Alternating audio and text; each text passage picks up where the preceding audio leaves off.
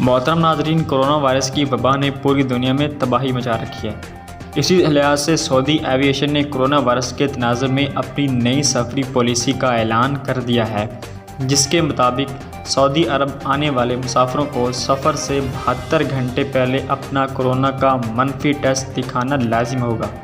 general authority of civil aviation गागा ने notification जारी कर दिया है, जिसके मुताबिक पाकिस्तान समेत दुनिया भर के ममालिक से सऊदी अरब आने वाली परवाज़ों में SOPs पर अमल दरामद कराना अब लाजम करार दे दिया गया है,